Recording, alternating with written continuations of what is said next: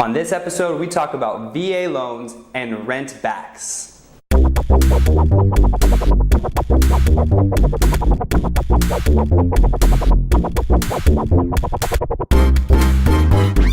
What's up, everybody? It's Jason Cassidy with City Consulting Group in downtown San Diego. Thank you for tuning in to Ask a Realtor, episode 11.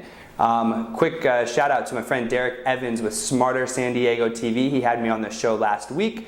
We got to talk about Ask a Realtor, how the show was founded, and all that jazz. So if you haven't seen the clip yet, make sure I'll link it below. You can check it out. Yeah, episode 11, got a good show. I'm going to jump right into it. Let's go to question 1.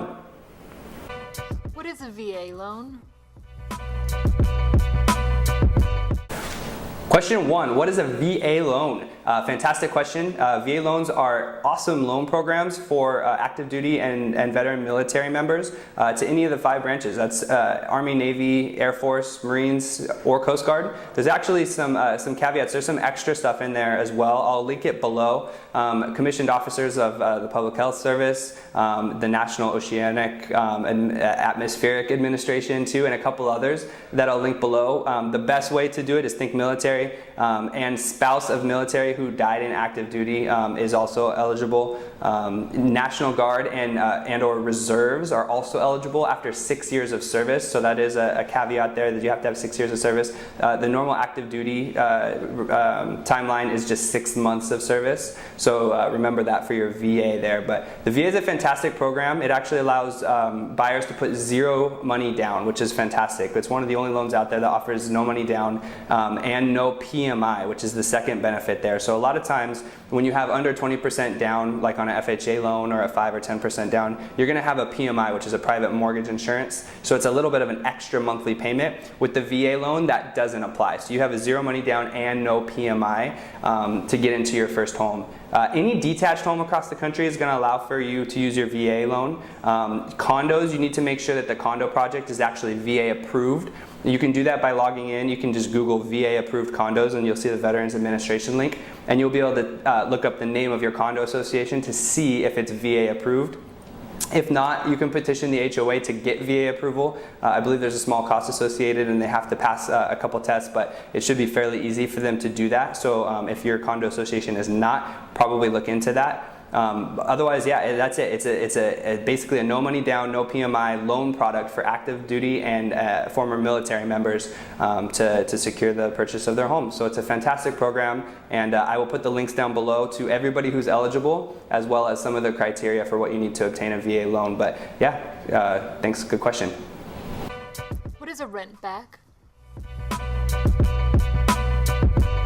Question 2, what is a rent back?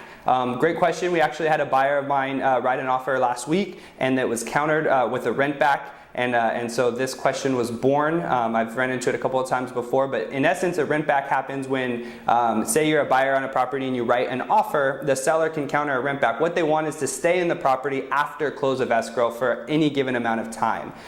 There's some varying opinions on whether or not that's a smart move or whatnot. You could just delay the close of escrow till they're ready to move out. But sometimes the clients actually need the closing costs from the purchase to go on into their next purchase. So what they'll do is they'll ask for a close of escrow on a specific day and then ask to stay in the property as a rent back so they can use the money from their sale to work on the purchase of their next place.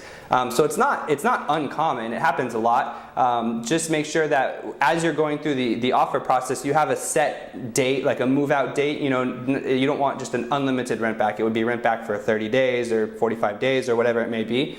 And make sure that the amount is covered as well. So a lot of people will do a rent back at the buyer's PITI, or basically what their payment is, so that the new buyer coming in isn't jacking up the rent on the current owners. They're just getting enough to cover for that extra month, right? Some people will also do a rent back at fair market value, which is probably the best way to go about it, just because then nobody's getting shortchanged or whatnot. It's actually a great tool for a buyer coming into the transaction to kind of use as a negotiation piece. If they're on a month-to-month lease, you as a buyer are on a month-to-month lease, and you don't have to get into the new place right away. You can offer that rent back to the current sellers to give them the time to move out or do whatever they need to do on the back end. So it is a good bargaining chip. make sure that when you're in escrow, you get all the paperwork squared away, because you're going to have, a seller in possession or some sort of, if it's longer than a certain amount of time, you're going to need a lease in place, because now you've turned into a landlord, tenant relationship. So just make sure you're covered that way. But it's nothing to be scared about, really. It's just that the seller and the property needs a little bit of time after the close of escrow to get things in order, and so they're going to ask for a rent back scenario. So there you go, rent back. Thanks for tuning in to episode 11. Make sure you check back in with us. Subscribe below if you haven't already to make sure that you get the email notifications when a new episode is out. You can find me on Twitter @JCassidy. Use the hashtag #AskARealtor to ask me any questions, and your question could even be answered on the show. You can also find me on Facebook, LinkedIn, Pinterest, all that type of stuff, or shoot me an email or call or text or whatnot. Look forward to seeing you again next time. Talk to you later. Peace.